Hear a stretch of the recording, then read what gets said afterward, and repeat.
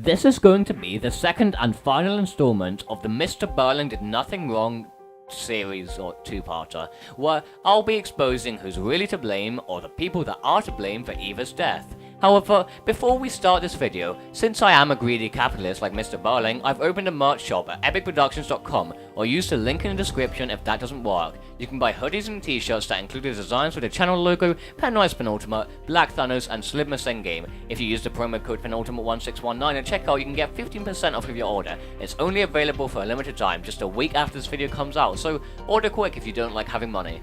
So in the last video, we spoke about Mr. Burling, how the Germans didn't want war, because let's be real, who wants war, and how he'd have to pay an extra £380,000 a year to increase the salaries of all of his workers. And to begin with, I have to apologise for this though. I've made a severe lapse in my judgment as I considered decimal day twice and miscalculated the value. He really would have had to pay £920,000 extra every year to increase the salaries of his workers by 30 pence. So let us begin analysing and inspect the cause to figure out who really is to blame for Eva's death. We'll begin first with Mrs. Burling, perhaps she's to blame, right? Well, if we look into Act 2, where Inspector Gore begins questioning Sybil, we figure out that she's a prominent member of the Bromley Women's Charity Organisation, where women in distress can appeal for help.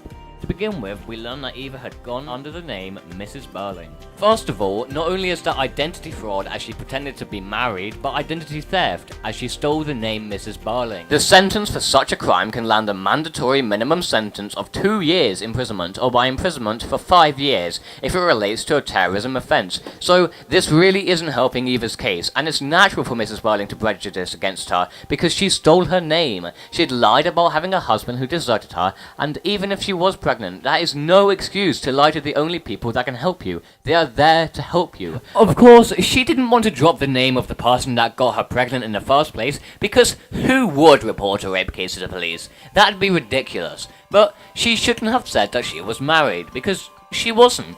But perhaps she didn't want money to help her out, because what kind of idiot would want financial support in a tough situation anyway? Well, here's the thing. Mrs. Burling had specifically stated that her organisation provides help to women in various forms. Now, I don't have a degree in English literature or anything, but you don't have to waste your education on something as useless as that to understand she could have received other types of supports for her trouble. This means we can cross both Mr. Burling and Mrs. Burling off of the list of suspects for her eventual suicide. So let's move on. Next, we're going to go to Gerald. Perhaps he's the one to blame. Eva had just lost her job from Millward and was looking for help. So what does the evil Gerald do? He gives her financial support by allowing her to take money from him while allowing her access to a set of rooms so she had a place to stay. He wanted to continue to help her out, but Eva knew it wouldn't last. But what I don't understand is why Gerald is viewed as a bad character. Out of the kindness of his heart, regardless of the fact he kept her as a mistress, he had supported Eva to live a lot longer than she would have without him. In fact, when asked if he loved Eva or not, he said that he didn't feel about her as she felt about me. Number 1, Gerald was in a relationship with Sheila. He may not have said that, and maybe he should have, but that doesn't stop Eva from being attracted to Gerald anyway.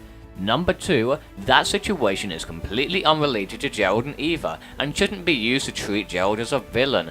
He financially supported her with access to a flat set of rooms for ages. That is not greed. He even got people at the county to find some food for her. So, no, Gerald isn't the one to blame. So we now know that none of the older generation are responsible for the death of Eva. But what about the younger generation?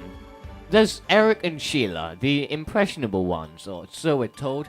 First of all, Sheila, in a moment of rage-filled jealousy against Eva, complained to Millwards and got her fired. Now, maybe the manager should have been a little bit more lenient, but Sheila shouldn't have done something so stupid and irresponsible as that, so perhaps she's the one to blame. Or maybe it's Eric, the one who forced himself upon her, which is what caused her to be pregnant in the first place. That's a case of rape, and Mr. Burling is the is the villain. Eric stole £50 from him. That'd be worth £5,700 in 2018, even if Mr. Burling is his dad, and if it were to help Eva, even though he clearly had some sexual motives, that's theft and very illegal. But that's no issue, is it? These are the impressionable ones, those that will help forge a society for upcoming generations. But That's the issue. Us younger generation are too impressionable. We're too susceptible to new ideas of so-called equality and social responsibility as we're told. We're taught capitalism is a failing system and socialism is the future, but we're never taught the benefits of capitalism, earning what you work for, and a lot of people want 16-year-olds to be able to vote. Why? Let me just run it down for you all. Of course, capitalism is going to create some form of income inequality, but just because that's true doesn't mean equality will immediately solve it. There's some strange idea that socialism will cure the evils of income inequality, but first of all, every country on earth has some form of income inequality. In fact, some of the places with the least income inequality are also some of the poorest places on earth.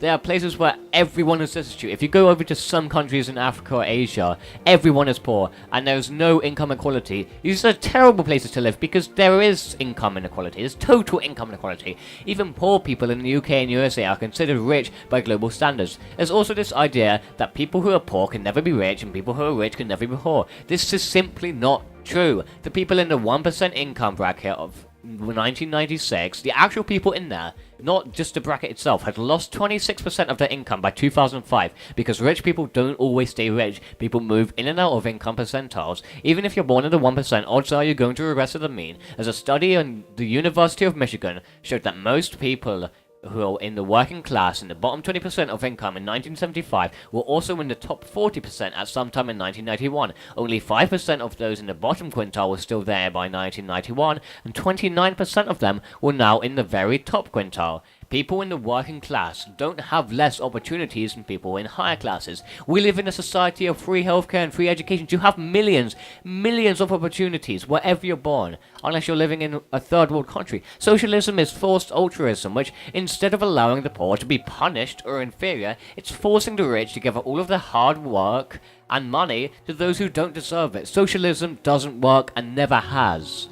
But before this ends, I have to clear something up.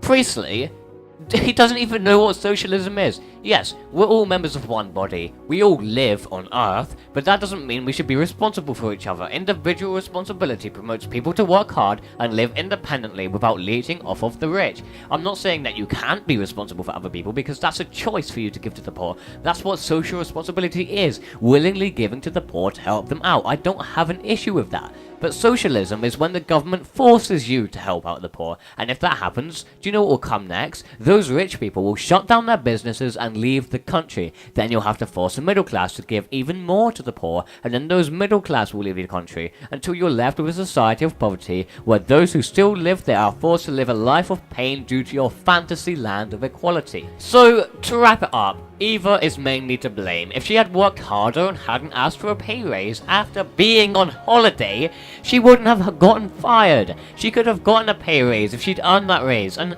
even though women had less rights in the 20s, this hasn't been the case for over half a century now. Socialism is evil and immoral, and Priestley doesn't even know what it is. Eva's the one to blame, and Mr. Burling had done nothing wrong. Thanks for watching.